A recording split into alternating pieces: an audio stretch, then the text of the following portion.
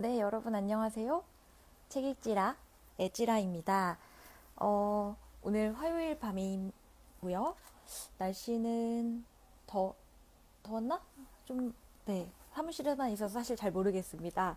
그래서 어젯밤에는 그런 글이 많았어요. 더워가지고 막 에어컨 없으신 분들 에어컨 필요하다고 얘기하시기도 하고 좀 이제 무더운 밤이 좀 시작되고 있는 것 같습니다. 그래서 더 집에서 시원하게 맥주와 함께 책을 읽는 시간이 좀 필요하지 않나 그런 생각을 해보는데요. 7월 달은 지금, 약간 6월이라고 써는 것 같은데, 7월은 책, 한여름밤의 책을 주제로 맥주와 함께 읽을 수 있는 좋은 책들을 추천하고 있습니다. 제가 지난주에 그 북스피어에서 했던 독자 교정에 참여해서, 음, 독자 교정을 하면서 마포 김 사장님한테 책을 추천받은 그 미야베 미유키의 개수전을 오늘 읽어보려고 하는데요. 지금 댓글이 하나도 안 보이는데? 아니구나. 댓글을 안 적어주셨구나, 여러분들이. 네, 강민성님 들어오셨고, 들어오시면 댓글 좀 남겨주세요. 저는 순간적으로 연결이 뭐 잘못됐나? 왜 얘기가 없으시지? 라는 생각이 들었는데, 네, 현우님 안녕하세요. 네, 다들 반갑습니다. 그래서 오늘은 개수전을 읽어보도록 할게요. 어, 그래서 저는 지난주에 김 사장님이 그 소개해주신 말을 빌어서 다시 한번 소개를 하겠습니다. 어, 그 미야베 미유키 여사가 원래 이제 뭐 사회파 추리 소설을 쓰시는 분이고 현대물을 많이 쓰시고 혹은 이제 요즘 에도 시대에 대한 소설도 많이 쓰시는데 이 책을 쓰게 된 배경은 원래 어렸을 때부터 개수 관련 애니메이션을 엄청 좋아하셨대요. 그래서 나는 꼭 나중에 개수가 나오는 그런 소설을 써봐야지라고 하시고 이제 개수가 나오는 소설을 쓰는데 현대 배경으로 현대 배경으로 쓰기 시작을 하니까 글이 잘 안 풀렸대요. 그래서 이제 배경을 에도로 바꿔서 쓰기 시작했다라고 얘기를 하셨고, 그리고 봉준호 감독의 괴물에서 영향을 많이 받았다고 합니다. 그래서 이렇게 나오는 괴물이 그 외향이 똑같다고 하는데 사실 제가 이렇게 두꺼운 책을 추천해 주셔서 열심히 읽었는데 아직 조금밖에 못 읽었어요. 그래서 아직 괴물을 못 만났습니다. 근데 들었을 때는 아니 어떻게 이거는 텍스트인데 그 모습을 보고 봉준호 감독의 괴물이 연상될 수 있을까? 그래서 빨리 이제 괴물을 만나보고 싶다는 생각이 들었고요. 그리고 이제 그 시대 배경으로 보면 그 전에는 도쿠가와 이에스가 전국을 제패하고 에도 시대는 일본이 상당히 평화로운 시대였으나 이 동네에는 두 마을이 굉장히 갈등이 심하고 그 대대로 내려오는 그 앙금과 뭐 그런 것으로 갈등이 고조가 되었던 시기의 이야기입니다. 그래서 막 상대방 마을을 공격하기도 하고 서로 뭐 원수지고 뭐 그리고 뭐 징역을 끌려가기도 하고 뭐 그런 일들이 벌어지는데요. 그러던 와중에 마을이 갑자기 불타서 뭐 그 사람이 그 마을 사람들이 전멸하는 일이 벌어지게 돼요. 그래서 도대체 이게 누가 그런 건가? 상대방 마을이 공격한 건가라는 추론을 했는데 알고 보니 잔인하고 심지어 매우 똑똑한 괴물이 이 마을을 전멸시켰다고 합니다. 그런데 이 사람들이 지금 힘을 모아서 괴물을 잡아도 시원치 않을 마당에 상대방 마을을 공격하기 위한 수단으로 이 괴물을 활용하고 그래서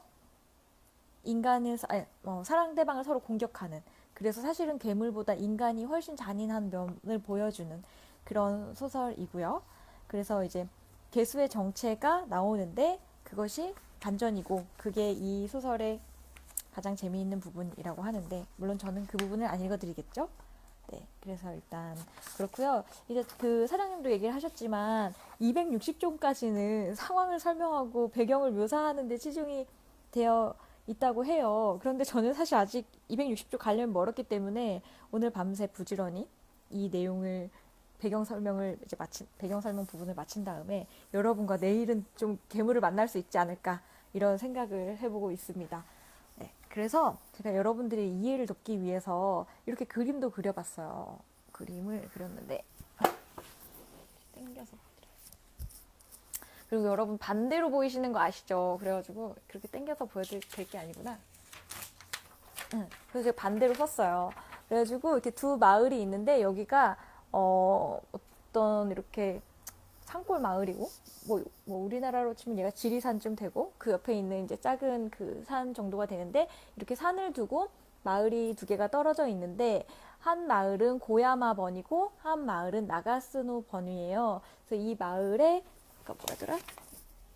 역코, 오코는 저울의 모양이고 이 마을의 오코는 통나무 모양이라고 해서 이제 이 마을에 표시를 차고 있으면 이 마을 사람이고 뭐 이러한 관계이고 어느 날 갑자기 이 고야마 번이 불탄 거예요. 그래서 불타서 사람들이 막 다 이쪽 동네로 도망갔어요. 그래서 왜 도대체 이 동네 사람들은 이 동네가 원수인데 왜 이쪽으로 도망갔지? 이쪽으로 도망 안 가고?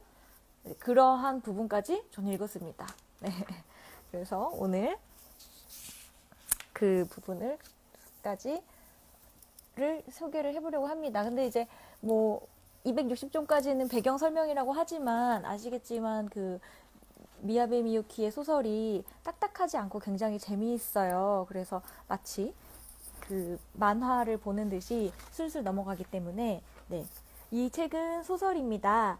미야베 미유키가 선보이는 염원의 괴수 미스터리 플러스 액션 활극인 네, 그런 소설입니다. 그래서 오늘 한번 시작해 보도록 할게요. 번역판은 괴수인데 원어로는 준목님 이거 어떻게 읽는지 모르겠어요. 괴물과는 좀 다르다고 하셨고 맞아요. 그림이 되게 예뻐요. 그죠? 그리고 뒤에 나오는 괴수도 그렇고 여기 안에 그려져 있던 띠지도 예뻤는데 그 띠지는 제가 지금 빼버렸네요. 하루에 200쪽씩 읽으라고 하루에 200쪽 정도씩 읽어야 되는 그런 준목님 편하게 단편 소설 하라고 하셨는데 네, 뭐 그래도 일단 재미있게 읽고 있습니다. 네, 괴수 관련된 책입니다. 네, 가운데 VS인데 제가 이상하게 했었군요. S를 네, 거꾸로 썼어요. 그래서 코진이라는 파괴신이라는 게 원제의 제목이라고 준목님이 알려주셨어요. 준목님은 자주 들어와 주시는데 일본에 사시죠. 그래서 제가 부족한 저의 일본 관련 지식을 항상 채워주고 계십니다. 그래서 앞에 그 서장 한밤의 숲부터 읽어볼게요. 이 사건이 발발하는 날의 이야기입니다.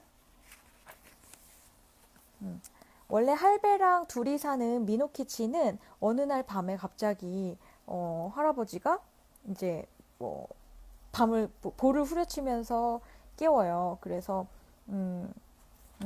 이제 도망가야 되는 그런 급박한 상황인데 아니네. 거기서부터 시작을 해보겠습니다. 잘 들어. 오타라야마를 오르면 폭포골로 내려가야 해. 계속 바람을 안고 가면 안 돼. 할배는 나도 금방 가마. 그 전에 먼저 혼조무라에 알려야 해. 대피소에서 기다려. 할배는 꾸중이라도 하듯이 말한 뒤 총을 꼬나들고 촌장 집을 향해 뛰어갔다. 할배가 뛰어가는 쪽에서 마을 남자들의 노성과 여자들의 울부짖는 소리가 어지럽게 들려왔다. 쿵쿵 울리는 오싹한 땅울림과 뭔가 부서지는 요란한 소리도 들렸다. 가구나 집기만이 아니라 오두막 지붕이 무너지고 기둥이 쓰러지는 듯한 묵직한 소리였다. 잠시만요. 개수전 타이틀을 보여주면서 하겠습니다. 여기 조그맣게 나와서.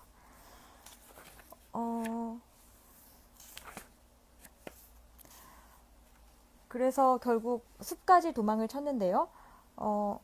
잠시만요. 돌아가자. 혼자 도망칠 수 없어. 할배를 도와야 돼. 걸음을 내디뎠을 때 뒤쪽 덤불이 흔들리면서 사람 목소리가 들렸다. 미노키치, 거기 미노키치냐? 헤엄이라도 치듯 덤불을 헤치며 머리를 내민 사람은 고스케였다. 깨느른한 목소리로 알 수 있었다. 고스케 아저씨, 그런 데서 뭐해? 뭐하냐니? 라며 고스케가 덤불에서 기어나왔다. 그런 걸 보면 도망치는 수밖에. 개념감은 같이 오지 않았냐? 할배는 마을로 뛰어갔어. 그럼 이미 글렀네. 두 손으로 땅바닥을 짚은 채 고스케는 고개를 가로저었다. 글렀다니 우리 할배는 포수야. 들깨 따위한테 질 리가 없잖아. 그게 들깨라고? 미노키치가 쥐어짜낸 용기는 상대방의 맥없는 흔들리는 소리에 금세 무너졌다. 그런 놈. 고스케는 그렇게 말했다. 그런 놈이 나타났다고. 그럼 그게 뭔데? 고스케의 표정까지는 확인할 수 없었다. 비쩍 마른 주걱턱만 겨우 알아볼 수 있었다. 누가 불을 지른 거요?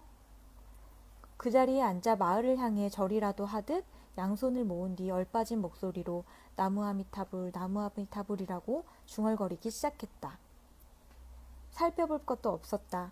지옥의 가마솥 뚜껑이 더 크게 열려 불길이 활활 번지고 있었다. 나는 변소에서 졸고 있었어. 덕분에 목숨을 건졌지. 고스케가 스스로도 믿기지 않는다는 듯이 헛소리처럼 중얼거렸다. 동네 사람들은 이미 글렀어. 양손을 더 바쁘게 비벼댔다. 눈물을 흘리고 몸을 떨면서 나무 아미타불, 나무 아미타불을 되뇌었다. 미노키치는 부르르 진저리를 졌다. 아저씨, 그거 인간 사냥이었어? 고스케는 눈을 감고 합장한 채 고개를 저었다. 단조놈의 우두마두들은 사람을 잡아가도 마을에 불어놓지는 않아. 사람들은 이웃한 나가스노번의 실권자 소야 단조가 수족처럼 부리는 수하들을 지옥 옥졸에 빗대어 우두마두라고 불렀다. 저쪽 나가스노번이 지옥이고 이쪽 고마야번이 극락이다.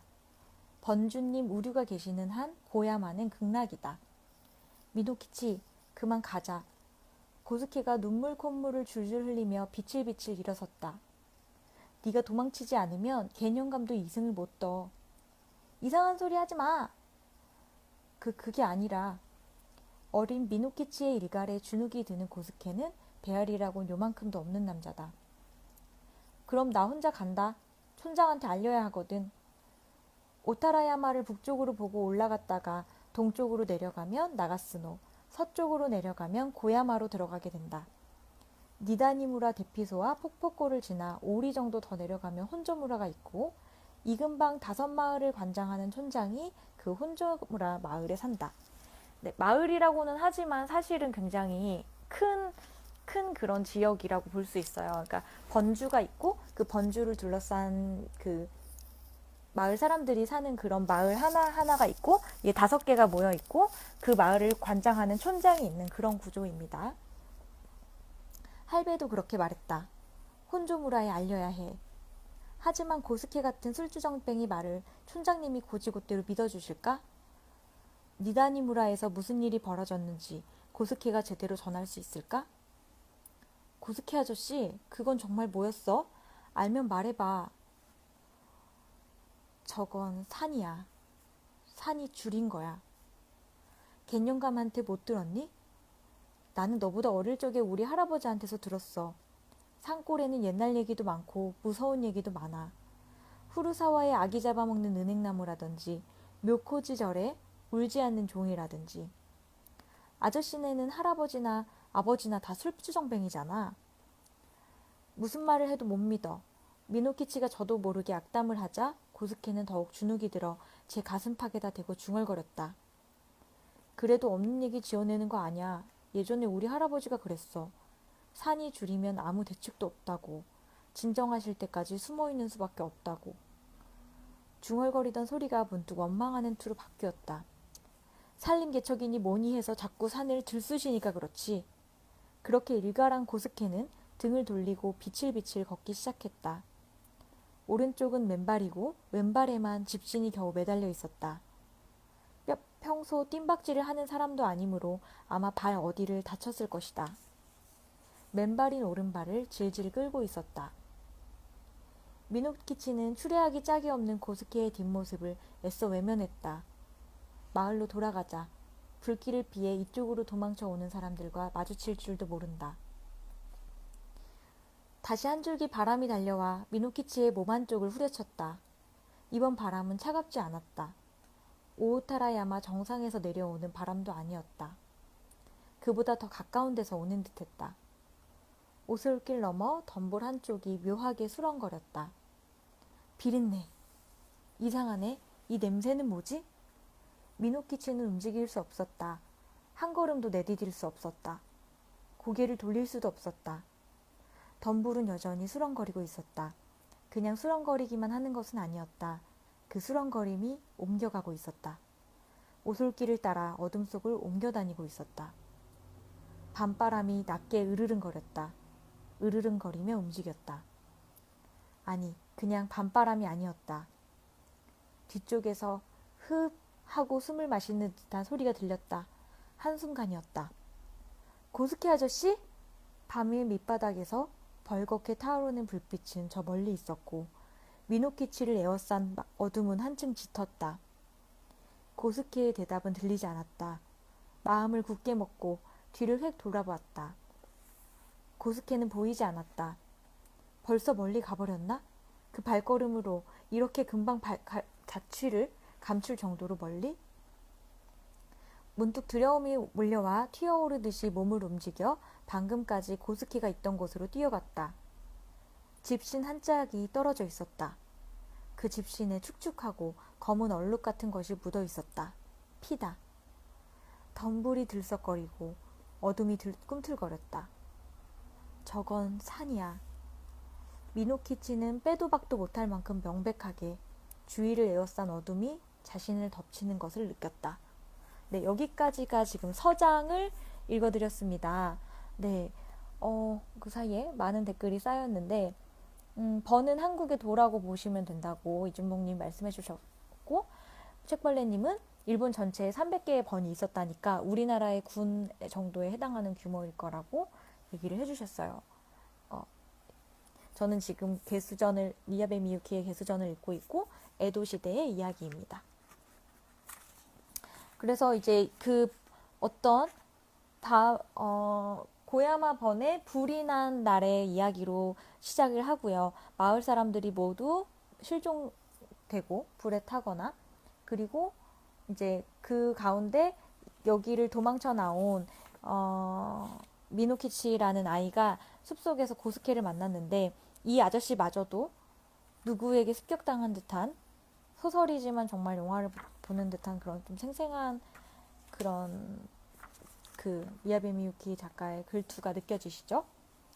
그래서 이제 다음으로 시간이 좀 지나가서 이 상황의 현황에 대해서 이야기를 나누는데요.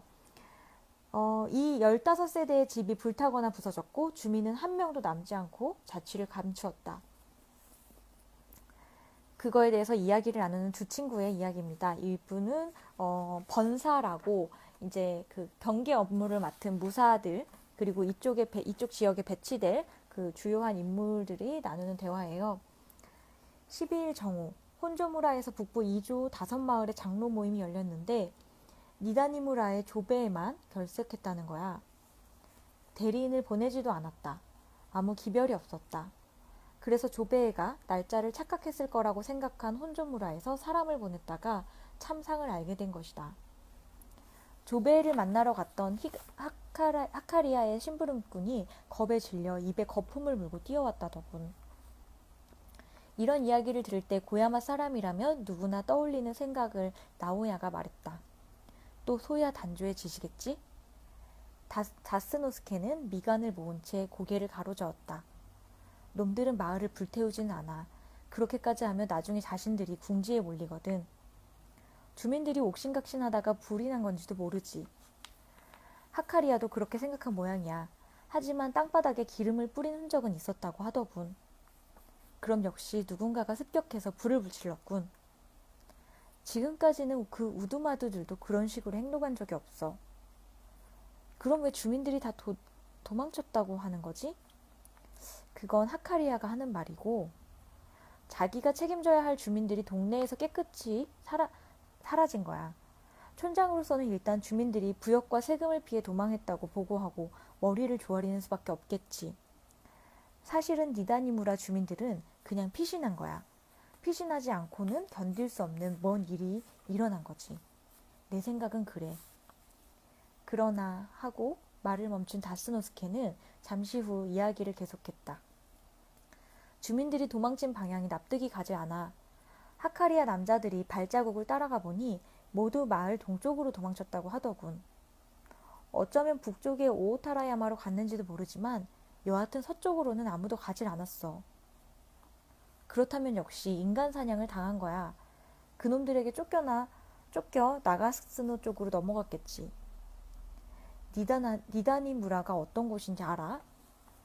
나오야는 살짝 발끈하면 대답했다. 당연히 알지. 가본 적은 없지만 니다니 무라뿐만 아니라 북부 이조의 5마을이 어떤 곳인지도 잘 안다. 그래서 이 고야마 일대를 덮은 산림에는 옛날부터 향목이나 약재로 쓰이는 열매가 많이 자생했다. 번이 창설된 직후부터 이것들은 단지 자연의 선물로 알고 자가용으로만 이용하는 데 그치지 않고 채취하여 충분히 조사하고 적극적으로 재배하여 번의 상품으로 만들고자 하는 움직임이 시작됐다. 이를 위해 산을 개척하여 밭으로 일구거나 잡목림을 베어내고 특정한 나무를 식림하는 사업을 두루 일컬어 산림 개척이라고 불렀다. 그 과정은 이루 말할 수 없이 힘겨운 일이었다.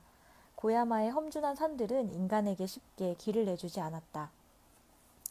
전년 봄부터 가을까지 혼신의 힘을 쏟아서 가꾼 숲이나 밭도 겨울 한철이 지나면 혹한에 모두 얼어 죽거나 눈사태에 유실되는 일도 종종 있었다.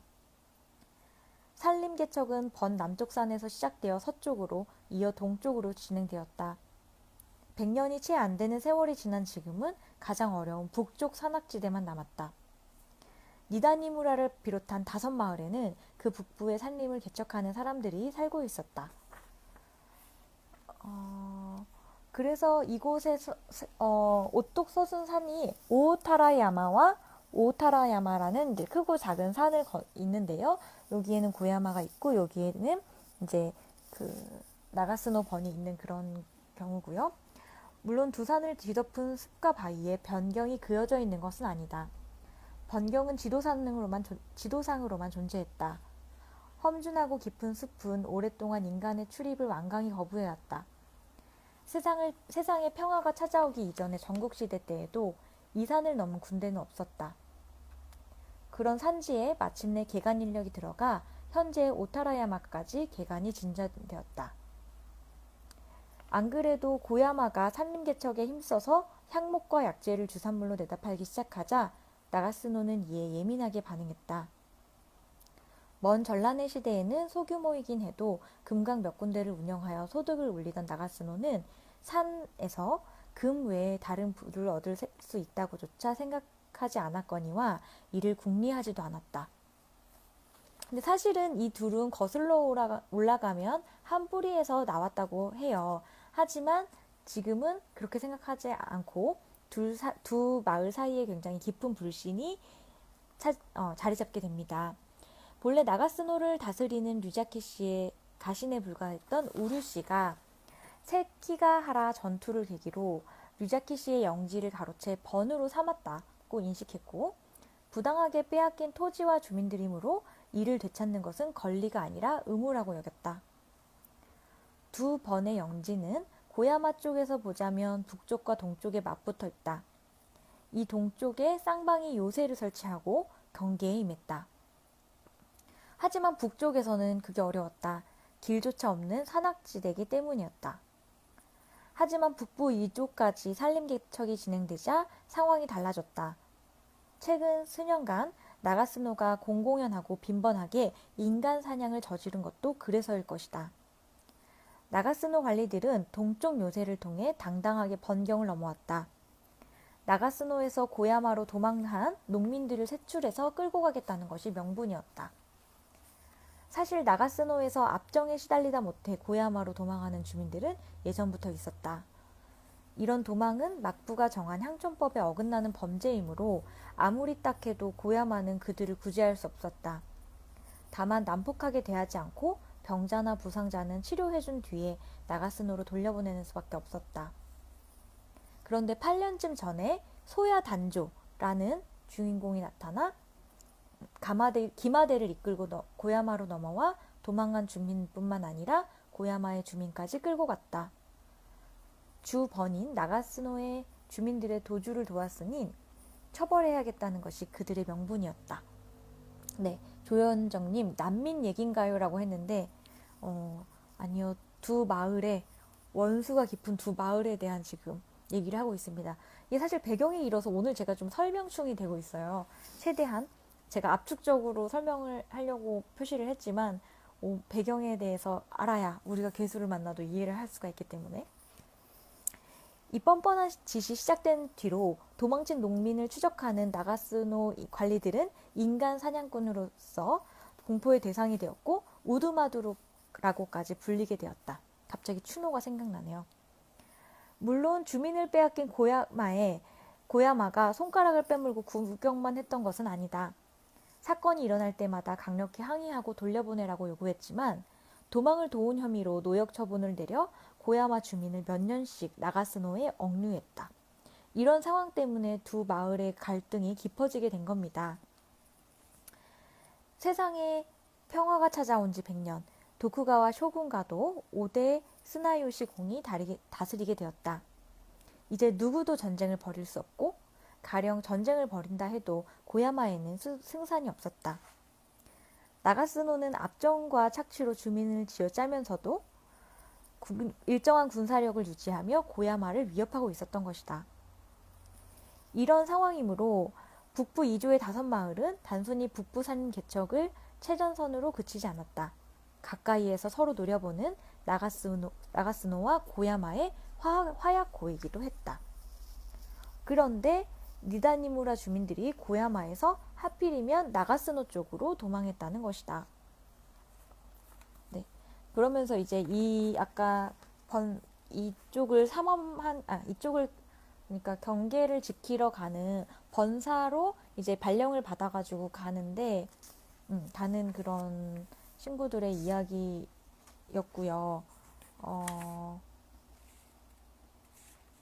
네. 근데 이제 더 추가로 상황이 5대 쇼군 스나요시는 취임 직후부터 몇 가지 개혁과 쇄신을 단행했다. 그 중에서도 세상을 가장 놀라게 한 것은 여러 번주들의 기강을 혹독하게 잡아 막부에 조금이라도 불손한 태도를 보이면 가차없이 엄벌에 처하고 있었다. 이렇게 스나요시가 냉혹하고 과감한 조치를 취하고 있었기 때문에 이 두 마을도 굉장히 대놓고 싸울 수가 없는 상황이었어요. 그렇게 되면 그 스나요시가 엄격한 조치를 취할 거기 때문에 되게 그 물밑에서 서로 경계를 하고 있는 그런 상황인 것입니다. 네, 그래서 여기까지가 좀 배경 설명이었어요. 그런데 어떡하지? 배경 설명을 했는데 시간이 다 갔네요.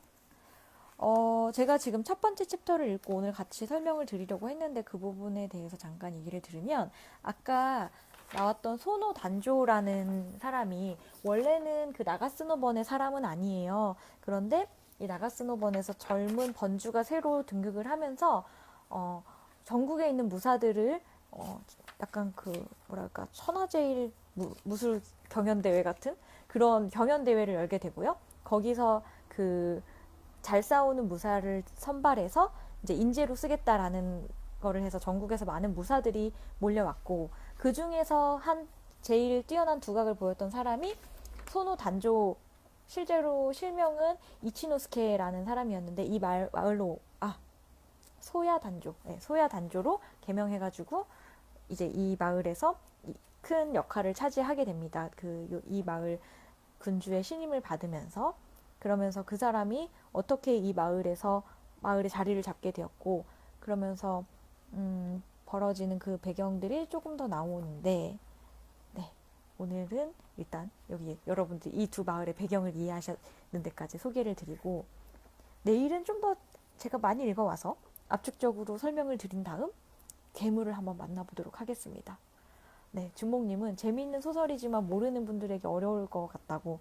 네, 에도 시대에 대해서 잘 이해를 하시고 그런 소설을 또 좋아하시는 분들에게는 굉장히 재미있을 것 같고요.